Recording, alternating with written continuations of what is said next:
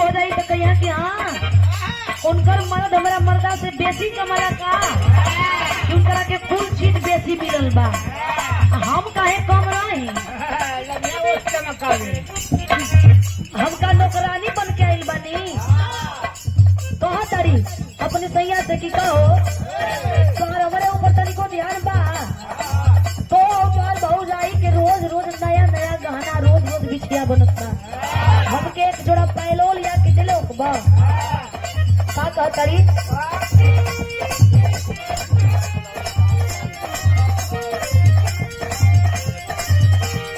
नया नया गहना गुड़िया के चमकता जे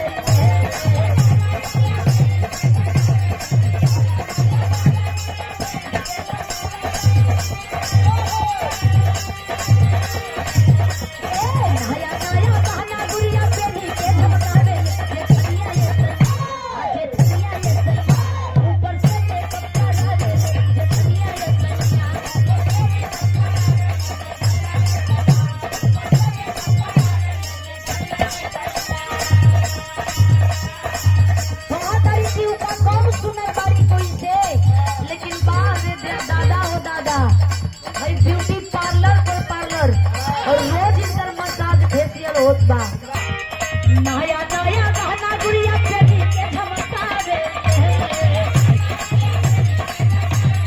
नया नया गहना गुड़िया के झमका रे, ऊपर से मेकअप करा रे,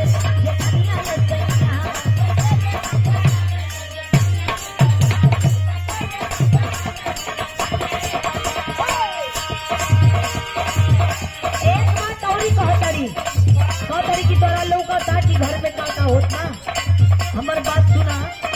का कहतरी घर में देखा सबके मेहरिया रहे लिहाई हाई,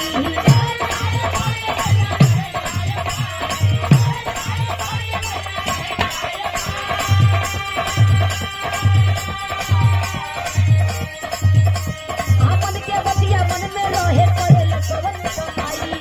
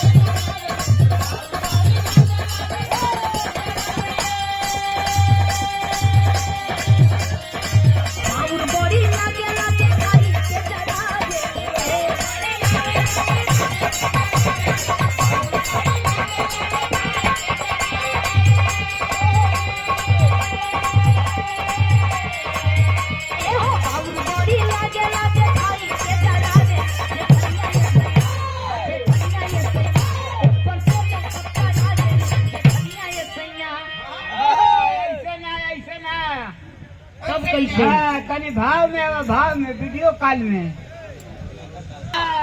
सोचा था कि हिला के जी जी जी जी जी ज्यादा गाना हो कम ना हो मतलब का कहला? हाँ हिला के हो, हिला के। हाँ हिला लेकिन गिरई मत का मैं कवा हो ई गिरी ना काहे तो रोज रोज कहीं बतिया कहे। अरे गिरी तो बहे लगी भैया।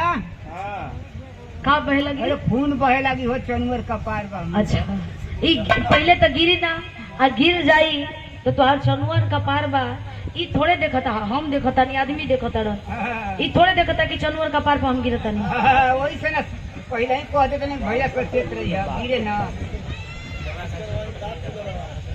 अरे भैया हम हड़का में पड़ गए एक दिन फूट गई था। हाँ तो खाली कूलर का बतू तेज हो जाई ना तो पता चली कि ये फलाटी से वो फलाटी चल गई ना।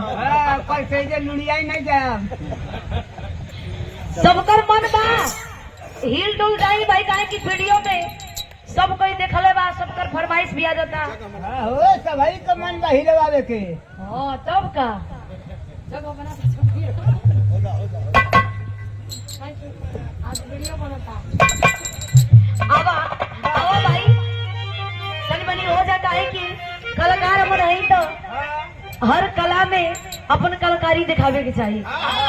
नाचल गावन कोलो बुरा बात ना, नाच गान एक दूसरे का पूरक हो और कलाकार के अंदर हर गुण होके के चाहिए।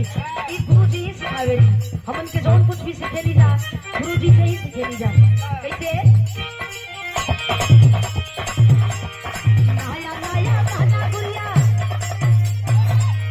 अच्छा तो केकरा घर में ई उपद्रव होला, लगभग सभी के घर में होत हुई। कोई भले डर के मारे कहे ना, डर के मारे ऐसा तो घरे जा